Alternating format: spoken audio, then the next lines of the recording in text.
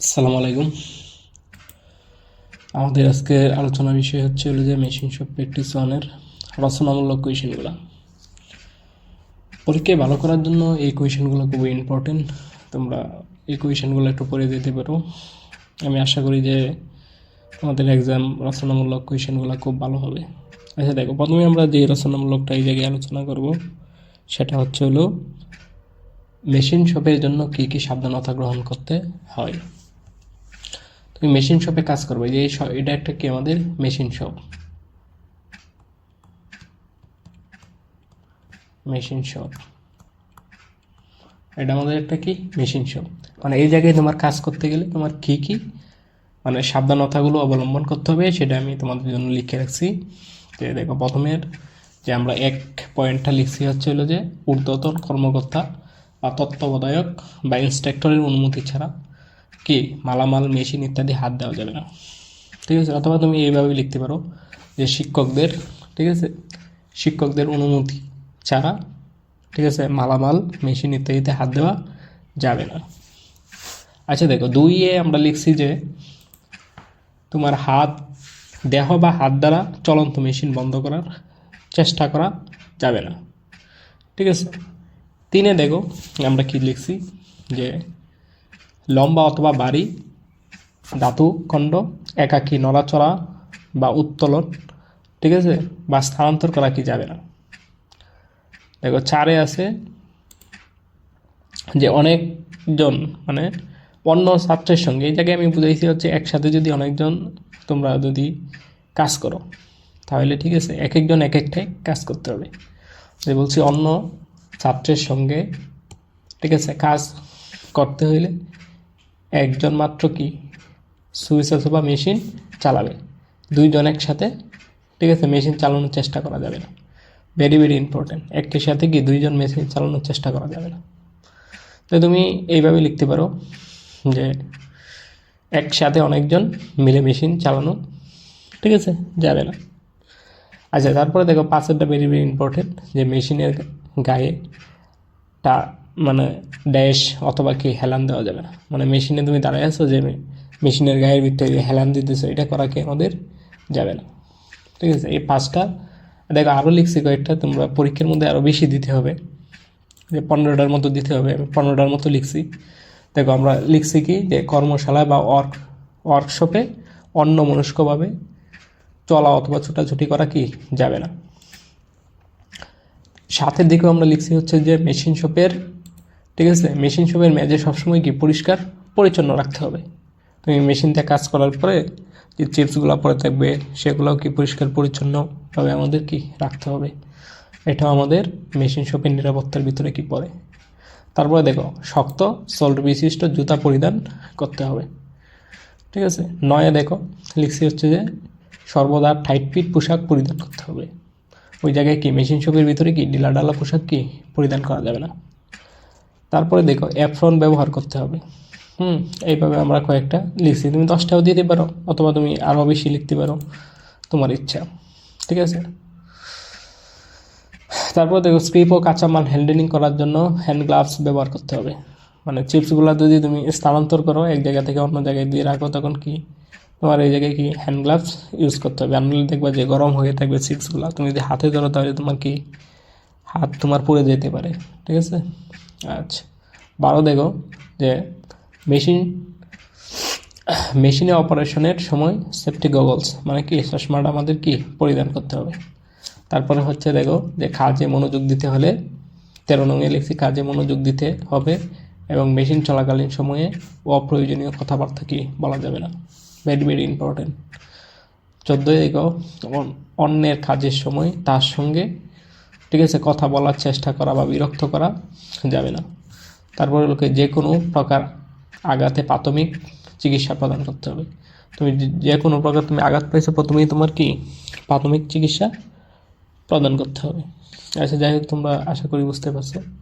না বোঝার কিছুই না, জাস্ট 15টা স্টেপ আমরা লিখছি ওই জায়গায়।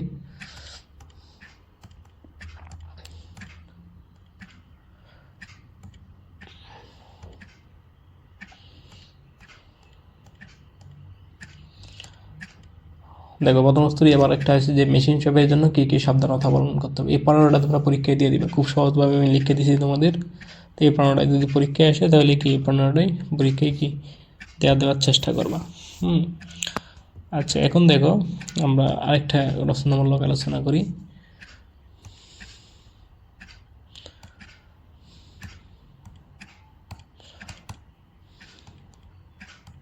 ভেরি ভেরি ইম্পর্টেন্ট রচনামূলক, এটা তোমরা পড়বেই।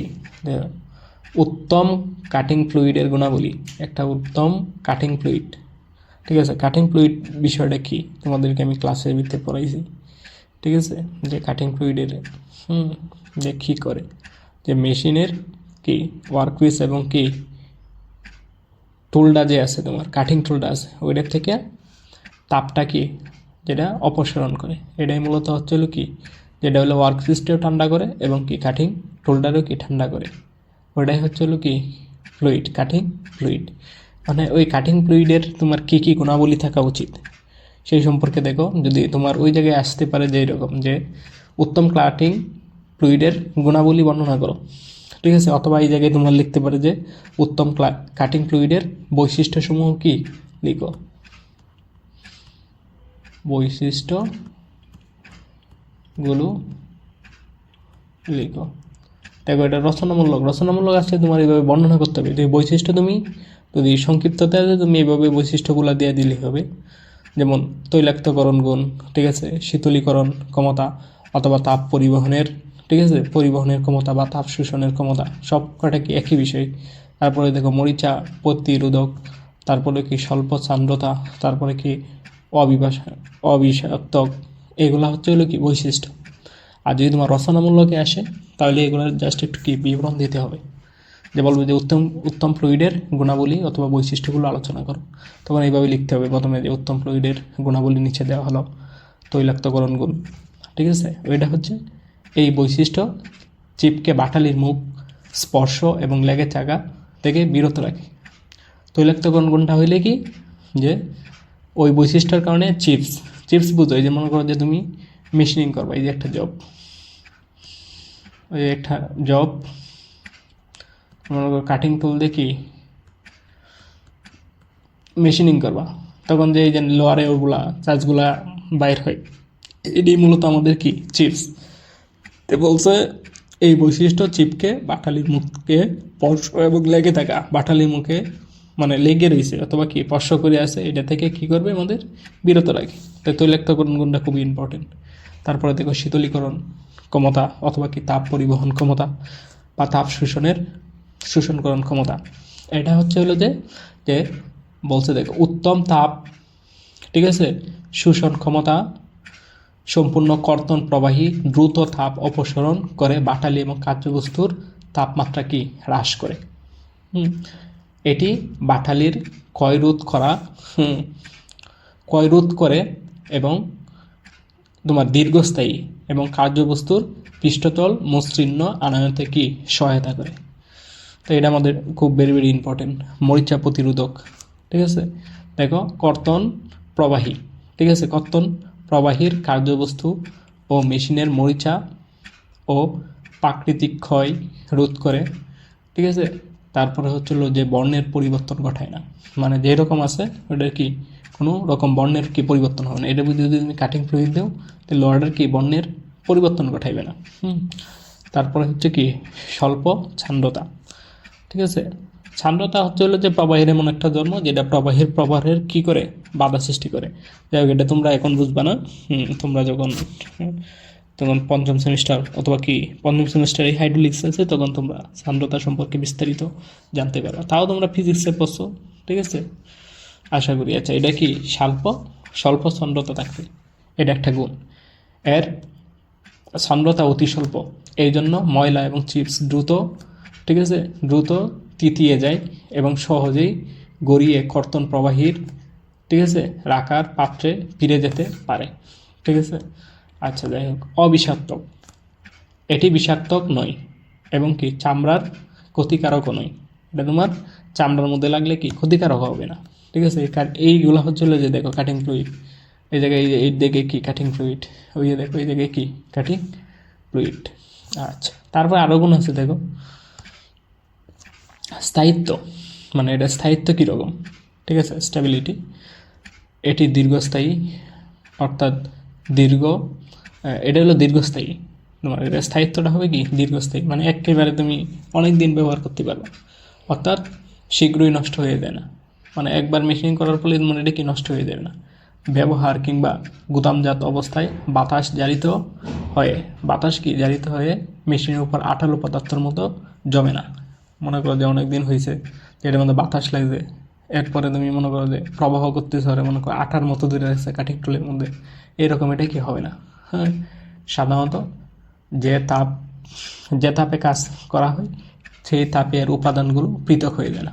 মনে করো যে কাঠিং টুলটাও তো গরম হয়, জবটাও তো ওয়ার্কপিসটাও তো গরম হয়, এটার উপরই তো পড়ে, ঠিক আছে, মানে যে তাপটা সৃষ্টি হয় এটা দ্বারা তোমার ওই ওয়েডার কাঠিং ফ্লুইডের কি সাহিত্যের কোনো রকম কি পরিবর্তন হয়ে যায় না এবং পৃথক হয়ে যায় না এর উপাদানগুলো, যে কাঠিং ফ্লুইডটা তৈরি করা হইতেছে যে বিভিন্ন উপাদান মিক্সড করিয়া, ঠিক আছে, ওইটা কি প্রত্যেকটা কি আলাদা হয়ে যায় না। তারপরে দেখো দুর্গন্ধমুক্ত, মানে যে ফ্লুইডটা, এই যে কাটিং ফ্লুইডটা আছে আমাদের, ওইটা কি টোটালি দুর্গন্ধ মুক্ত। এটা হচ্ছে একটা গুণ, উত্তম কাটিং ফ্লুইডের একটা গুণ। দেখো গরম অবস্থায় অথবা কিছুদিন ব্যবহারে, গরম অবস্থায় অথবা কিছুদিন ব্যবহারে অথবা মেশিনিং কাজে দেখা যায়। আচ্ছা, তারপর হলো স্বচ্ছতা, এটি অবশ্যই, এটাও একটা খুব গুরুত্বপূর্ণ বৈশিষ্ট্য, স্বচ্ছতা, এটি অবশ্যই স্বচ্ছ হবে যাতে মাল কাটার কালে, ঠিক আছে, মাল কাটা বা মেশিনিং কাজে দেখা যায়। মূলত এই স্বচ্ছতা অদার্য, ঠিক আছে, এটি সহজে আগুন ধরে না, ঠিক আছে, অর্থাৎ তার জ্বলনাঙ্ক অতি উচ্চ, মানে এটা আগুন ধরতে গেলে অনেক তোমার তাপের দরকার হবে, ঠিক আছে, এছাড়া এটা কি সহজেই আগুন ধরবে না। তারপরে দেখো মেশিনের বেয়ারিংয়ের পক্ষে ক্ষতিকারক নয়, ঠিক আছে, মেশিনের বেয়ারিং তো অবশ্যই চেন, তার পক্ষে কি ক্ষতিকারক নয় এবং মাল বা মেশিনকে ক্ষয় করে না। তারপরে এটি দেখো, এটি সহজেই ধূম বা ফেনা সৃষ্টি করে না। কাটিং ফ্লুইডটা যেটা উত্তম, এটাই হলো কি সহজেই ধূম অথবা কি ফেনা সৃষ্টি করে না। এর কণাগুলো অতি ক্ষুদ্র হবে, কণাগুলো খুবই ক্ষুদ্র হবে, ঠিক আছে। আমরা এই জাস্ট কয়েকটা এই বৈশিষ্ট্য দিলেই কি হয়ে যাবে, আশা করি বুঝতে পারছো সব কটা। এভাবে যদি পড়াইতে থাকি তো ভিডিও অনেক বড় হয়ে যাবে। আচ্ছা, এগুলো একটু তোমরা কি পড়ে নিও, আমি পিডিএফটা দিয়ে দেবো। আচ্ছা, এই রচনামূলকটা খুব ইম্পর্টেন্ট। তারপরে দেখো আমাদের ভেরি ভেরি ইম্পর্টেন্ট ম্যাথ, আমাদের বিগত কয়েকটা পরীক্ষায় দেখছি যে ম্যাথ আসছে, ঠিক আছে, তো দেখো এই ম্যাথটা খুবই আসছে। তো এই ম্যাথটা তোমরা কীভাবে করতে পারো, যে বলতে একটা মাইল্ড স্টিল প্লেটে 20 মিলিমিটার বেশের ছিদ্র করতে, ঠিক আছে, কাটিং স্পিড কত হবে এটা তোমার কি নির্ণয় করার জন্য বলছে। আমরা জানি যে কাটিং স্পিড সিএস, ঠিক আছে, এটা আমরা সূত্র পড়ছি, ঠিক আছে। আচ্ছা যাই হোক, এটা আমাদের কি নির্ণয় করার জন্য বলছে। আচ্ছা দেখো, এই অঙ্কটা যদি তুমি ফার্স্ট অফ অল করতে চাও তাহলে তোমার কি করতে হবে, প্রথমে যে মানগুলো আছে তুমি বসাও, ঠিক আছে, যে দেওয়া আছে লিখবা, পরীক্ষার মধ্যে মনে করো যে এই ম্যাথটাই আসলো, ঠিক আছে, এটা ভেরি ভেরি ইম্পর্টেন্ট একটা ম্যাথ। তো তুমি লিখবা যে প্রথমে কি দেওয়া আছে, দেওয়া আছে কি দেওয়া আছে, একটা মাইল্ড স্টিলের প্লেট এত মিলিমিটার, মানে কি 20 মিলিমিটার, 20 মিলিমিটার বেশের ছিদ্র করতে হবে। মাইল্ড স্টিলের তোমার একটা প্লেট আছে, এটার কি এই মনে করো একটা মাইল্ড স্টিলের 2D-তে আঁকতেছি, এই মনে করো একটা প্লেট, এটা তোমার কী হবে, যে এটা হলো 20 মিলিমিটার, ঠিক আছে, এটা হলো কি 20 মিলিমিটার, 20 মিলিমিটারের একটা কি গর্ত করতে হবে অথবা কি ছিদ্র করতে হবে, মানে ওইটার কাটিং কত স্পিড কত হবে এটা তোমার নির্ণয় করতে হবে। তাহলে দেখো যে আমরা আগে তো পড়ছিলাম। আচ্ছা, এই জায়গায় দেখো ডাটাটা লিখো। তো এই জায়গায় প্রথমে কি একটা মাইল্ড স্টিলের প্লেট 20 মিলিমিটার বেশের ছিদ্র করতে হবে। তাই ডায়ামিটারটা আমার দেওয়া আছে ডি হইল কি বেশ কত 20 মিলিমিটার, 20 মিলিমিটার, ঠিক আছে। তারপরে বলছে ছিদ্র করতে হবে, কাটিং স্পিড কত হবে, কাটিং স্পিড আমরা জানি যে সিএস, ঠিক আছে, এটা কত হবে এটা নির্ণয় করার জন্য বলছে। এরপরে দেখো মেশিনের ঘূর্ণন সংখ্যা, তাই আমরা ঘূর্ণন সংখ্যাটা জানি কি এন, ঠিক আছে, এন সমান সমান কত 450, ঠিক আছে, আরপিএম এর পূর্ণ তোমরা অবশ্যই জানো যে কি রেভলিউশন পার মিনিট, এবং প্লেটের কি পুরুত্ব, মানে টোটাল এটার পুরুত্বটা, মানে কতটুকু এটার মোটা, ঠিক আছে, টি এরটা দেওয়া আছে হলে তুমি এটা আমাদের কাটিং স্পিডের মধ্যে এটা আসবে না। তাও দিলাম তোমার কোয়েশনে যেমন আছে 30 মিলিমিটার। তো দেখো কাটিং স্পিড নির্ণয় করার জন্য বলছে, তো আমরা জানি একটা সূত্র জানি, দেখো আমরা জানি, আচ্ছা আগে আমরা বুঝি যে কাটিং স্পিড জিনিসটা কি। ঘূর্ণীয়মান জবের পরিধি বরাবর, ঠিক আছে, ঘূর্ণীয়মান জবের পরিধি বরাবর প্রতি মিনিটে যত মিটার দূরত্ব অতিক্রম করে ওইটারই মূলত আমরা কি বলি, কাটিং স্পিড বলি। তো দেখো তোমাদেরকে আমি কাটিং স্পিডের সূত্র শিখিয়েছিলাম যে CS সমান সমান পাই ডি এন বাই নিচে কি 1000। এটা তোমরা কি জানো, এই সূত্রটা কি তোমরা জানো? আচ্ছা আমি ভালো করে লিখতেছি একটু, ডি এমন হয় হয়ে গেছে। আচ্ছা আমরা কি জানতাম যে কাটিং স্পিড সমান সমান CS সমান সমান পাই ডি এন বাই কি 1000, পাই ডি এন বাই 1000। তো দেখো কাটিং স্পিড নির্ণয় করার জন্য বলছে সিডে, তো এই জায়গায় জাস্ট খালি মান ডি বসাবা, পাই পাই পায়ের মান তোমরা জানো, ওইটাও বসাই দিতে পারো অথবা এইভাবে লিখতে পারো পাই ডি, ডি কত হলো 20, আর এন কত আছে আমাদের 450, ঠিক আছে, আর নিচে হচ্ছিল কি 1000। এখন দেখো পায়ের মান অবশ্যই তোমরা যেটা জানো এটাই বসাইতে পারো, আমার মতো করে পাই লিখতে হবে না, এই জায়গায় লিখতে পারো কি 3.1416 ইন্টু 20 ইন্টু কত 450। আমি ওই পাইটা লিখছি তোমাদের ক্যালকুলেটারের ভিতরে ছিল, ঠিক আছে, এজন্য যাতে হিসাব করতে যাতে কি সুবিধা হয়। আচ্ছা এই জায়গায় কি 1000 দিলাম, আচ্ছা ধরো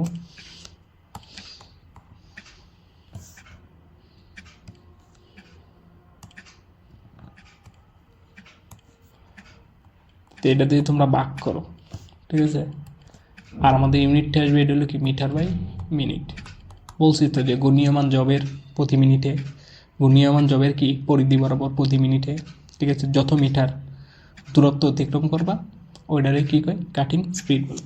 তো এটা দেখো যদি তুমি এখন ক্যালকুলেটারে যদি তুমি করো, দেখো কত আসে, যে পাই 3.1416, ঠিক আছে, ইন্টু ডায়ামিটার কত 20, আর আমাদের ঘূর্ণন হচ্ছে হলো কি 450, আর হচ্ছে হলো যে ভাগ হচ্ছে হলো কি 1000 দিয়ে।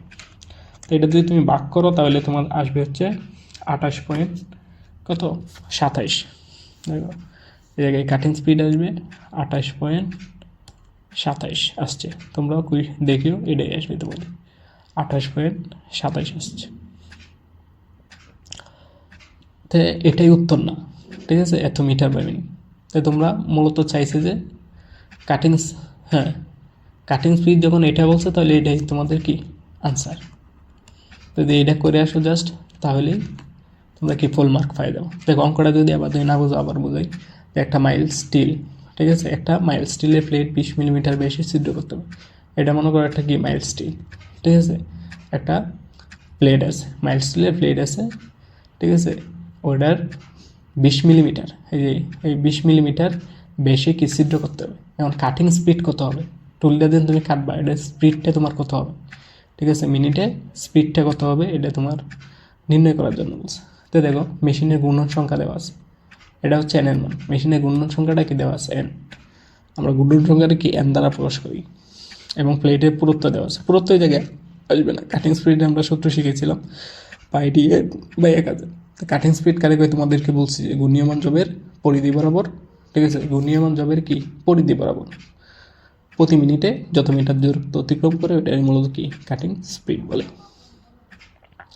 তাহলে দেখো তুমি প্রথমে দেওয়া আছে মানগুলো লিখবে যে ডি, প্রথমে যে ব্যাসটা দেওয়া আছে 20 মিলিমিটারের একটা গিয়ে তোমার ব্যাস ছিদ্র করতে হবে। তারপরে বলছে যে কাটিং স্পিড কত হবে নির্ণয় করা, যে সিএস, এভাবে লিখে নিবা সিএস। তারপরে হলো মেশিনে ঘূর্ণন সংখ্যা দেওয়া আছে, ঘূর্ণন সংখ্যা এন সমান সমান 450 আরপিএম, এবং প্লেটের পুরুত্ব হলো কি সমান সমান হলো কি 30 মিলিমিটার। এখন হচ্ছে আমরা সূত্রটা জানি যে কাটিং স্পিড আমরা জানি যে সিএস সমান সমান পাই ডি এন বাই 1000, হ্যাঁ পাই ডি এন বাই 1000 একদম মুখস্থ করে নেবে, কাটিং স্পিডের সূত্র পাই ডি এন বাই 1000। ওই জায়গায় হচ্ছে পাই দিলাম, তারপরে হচ্ছে ডি এর মান হচ্ছিল কি 20, এই যে বি এর মান হলো কি 20, এবং এই জায়গায় দেখো 450 হলো কি আরপিএম, আর নিচে হলো 1000। এটা যদি তুমি ক্যালকুলেটারে চাপ দাও তাহলে কি 28.27, এটাই হলো কি আনসার। এটা যদি করো তাহলে কি তুমি ফুল মার্ক পাই দেবে। আচ্ছা দেখো আরেকটা ম্যাথ দেখো, এই জায়গায় এই ম্যাথটা দেখো, এটা আরও সহজ।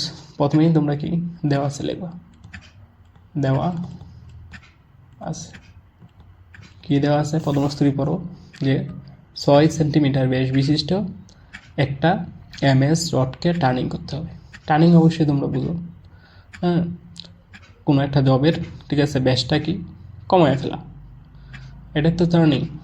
আচ্ছা, তো প্রথমেই দেখো ডি এর মানটা দেওয়া আছে, বেশ ডি সমান সমান হলো কি 6 সেন্টিমিটার, 6 সেন্টিমিটার। তো দেখো আমরা সবসময় এটা কি মিলিমিটারে নিয়ে করবো, ঠিক আছে। 1 সেন্টিমিটার সমান সমান হলো কি 10 মিলিমিটার, তো 6 সেন্টিমিটার সমান সমান হলো কত হবে, 6 এর সাথে 10 যদি গুণ দেও তাহলে কি 60 মিলিমিটার, ঠিক আছে। এই ম্যাথগুলা মনে রাখবা যে সবসময় এটা কি মিলিমিটারে করতে হবে। মিলিমিটার ওই জায়গায় আগেরটাই কি জন্য ইউনিট চেঞ্জ করি না, দেখো আগেরটাই কিন্তু মিলিমিটার দেওয়াই আসছিল আমাদের, এই দেখো মিলিমিটার, ঠিক আছে, এর জন্য আমরা চেঞ্জ করি নি, এই যে ডি এর মান মিলিমিটার।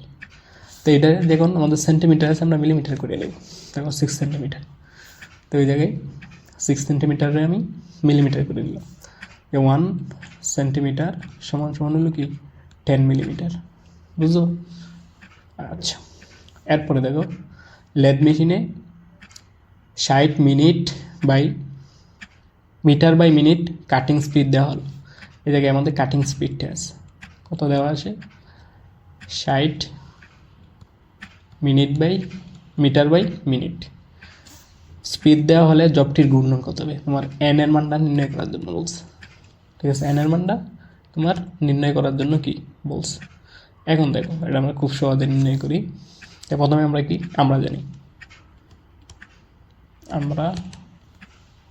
জানি কি জানি দেখো কাটিং স্পিড সিএস সমান সমান পাই ডি এন বাই কি 1000, পাই ডি এন বাই 1000। তো এই জায়গায় তোমার এনটা নির্ণয় করার জন্য বলছে, তাই দেখো আর কি গুণ দিয়ে দেবো, এটার নিচে কত আছে মান, তাই কি পাই আর গুণ দিলে কি এটা এটার সাথে, আর এটা কি এটার সাথে, হ্যাঁ, তাই পাই ডি এন, ঠিক আছে, পাই ডি এন সমান সমান 1000 ইন্টু কত সিএস।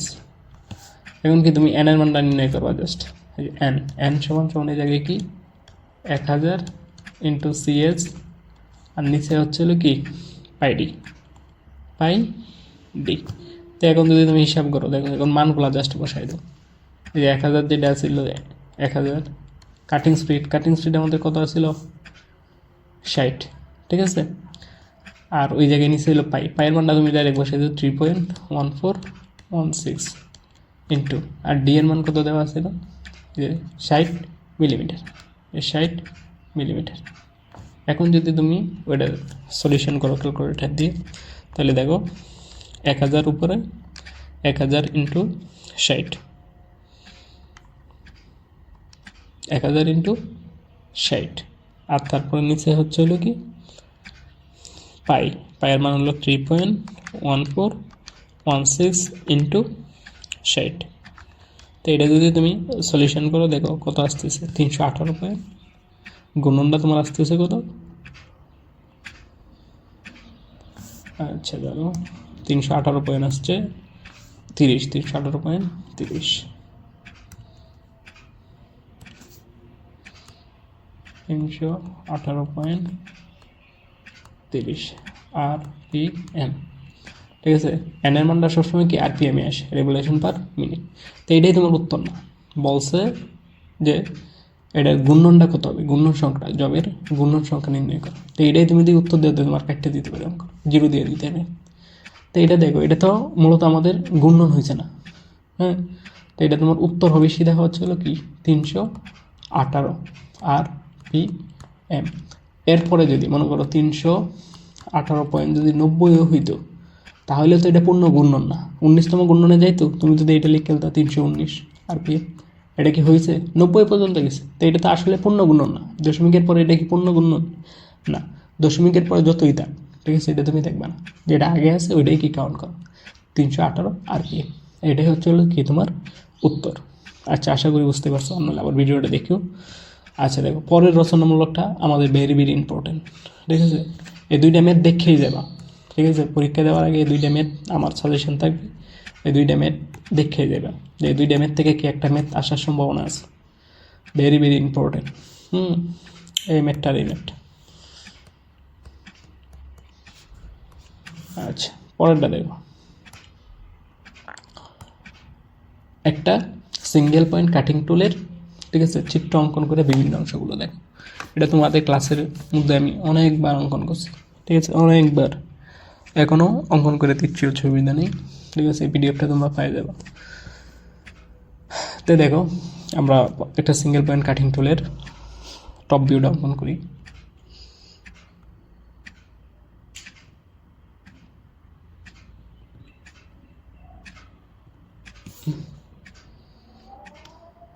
আরো একটু বেঁকে যাচ্ছে লাইনটা।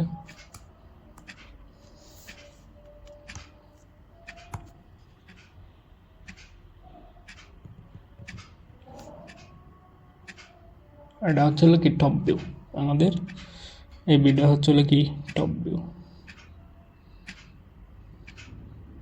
এটা একটু দাঁড়াও, একটু অ্যাঙ্গেল করে দিই।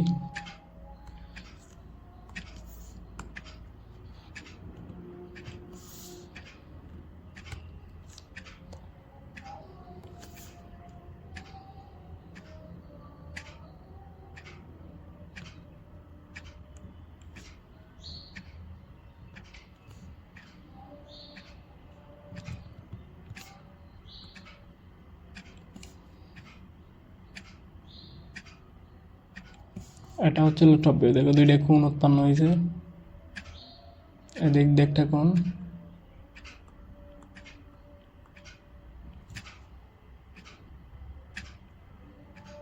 এদিক দিয়ে একটা কোণ। আর অঙ্কনটা একটু দেখো আমি কীভাবে অঙ্কন করতেছি, ঠিক আছে? আমরা আর এদিক দিয়ে একটা, এটা হলো নোস রেডিয়াস, এটা জি। আচ্ছা, এটা হচ্ছিল ই দিবা, আমি আচ্ছা ই দিচ্ছি, এটা এফ দিচ্ছি। ই এফ মিনিংগুলো আমি বোঝাচ্ছি, তোমরা অবশ্যই জানো ই এফ মিনিং কি।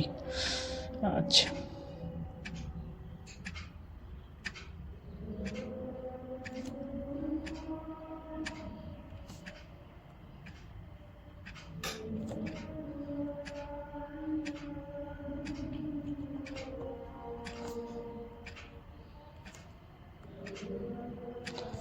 এটা হচ্ছে আমাদের টপ ভিউ কাটিং টুলের, সিঙ্গেল পয়েন্ট কাটিং টুল। এটা কি টপ ভিউ, এটা যেটা অঙ্কন করছে এটা হলো ফ্রন্ট ভিউ।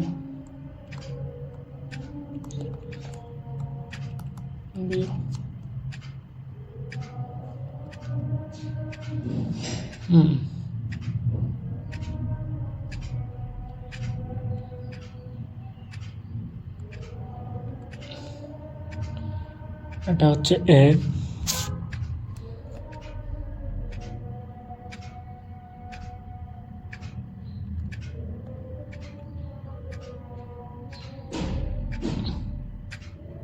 এই কোণটা মূলত হচ্ছে সি, ঠিক আছে? সি দ্বারা বোঝাচ্ছি। এটা হচ্ছে ফ্রন্ট ভিউ অঙ্কন করলাম,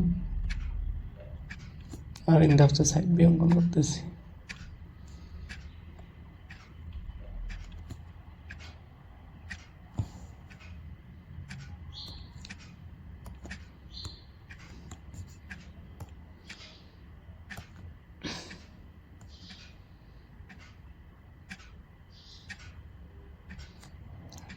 ঠিক আছে, এটা এইভাবে দিয়ে দেবো। আচ্ছা দেখো, এই কোণটা হচ্ছে বি, এই কোণটা হচ্ছে ডি। যাই হোক, ভিডি দ্বারা আমি কী বোঝাচ্ছি যে তোমাদের লিখে দিচ্ছি, এবং প্রত্যেকটা কোণের পরিমাপ কত, ঠিক আছে, এগুলোকে আমি লিখে দিচ্ছি। এইটা হচ্ছে আমাদের হলো কি সাইড ভিউ। এই ভিউটা হচ্ছে হলো কি side view, side view.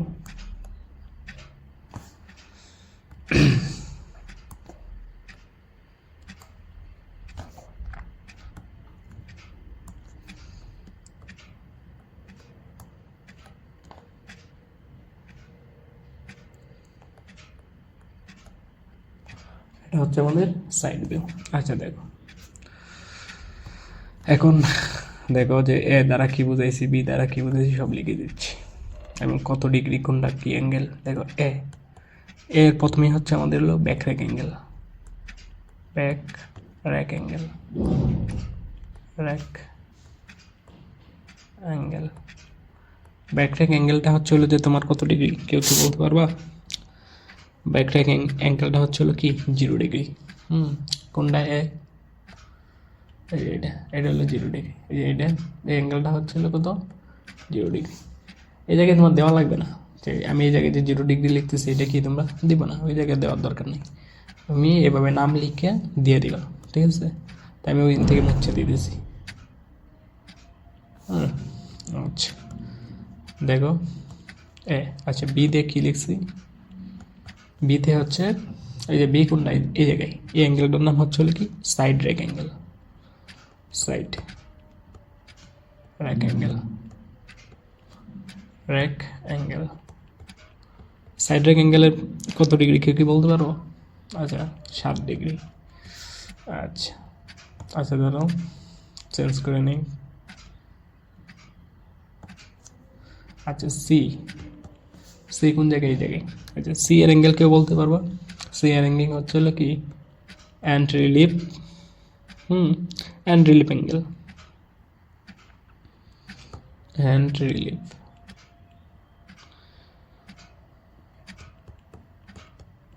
And relief angle. End relief অ্যাঙ্গেলের মান কি কেউ বলতে পারো? এটাও কি 7 ডিগ্রি। আচ্ছা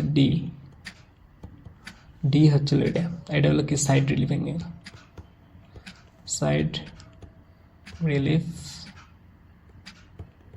অ্যাঙ্গেল। এটাও কত, 7 ডিগ্রি। আচ্ছা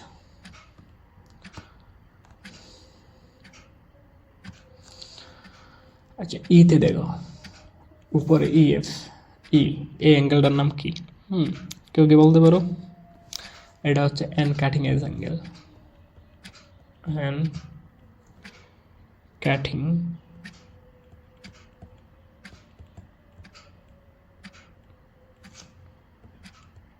এজ অ্যাঙ্গেল। এই অ্যাঙ্গেলের পরিমাপটা হচ্ছে 15 ডিগ্রি। আর এফ হচ্ছে হলো কি side cutting edge angle, side cutting edge angle. এটাও কিন্তু 15 ডিগ্রি। আর দেখো জি দিয়ে আমাদের একটা আছে, জি দিয়ে একটা আছে, জি ডেটটা হচ্ছে জি হচ্ছে এটা বলে নোস রেডিয়াস, নোস রেডিয়াস।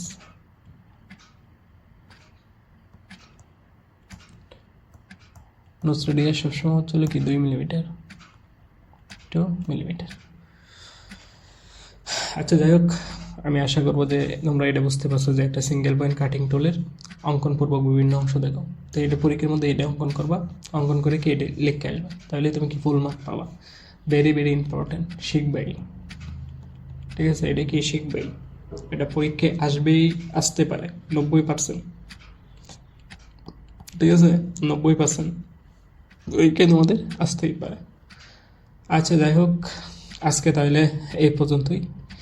এই যে রচনামূলকগুলো দেখাইছি, ঠিক আছে? আর আগের ভিডিওতে যে রচনামূলকগুলো দেখাইছি, এই রচনামূলকগুলো পড়লেই আশা করা যায় যে তোমার পরীক্ষায় ভালো কিছু হবে। তো তোমরা ভালো করে পরীক্ষা দেও, তোমাদের সবার জন্য শুভকামনা রইল।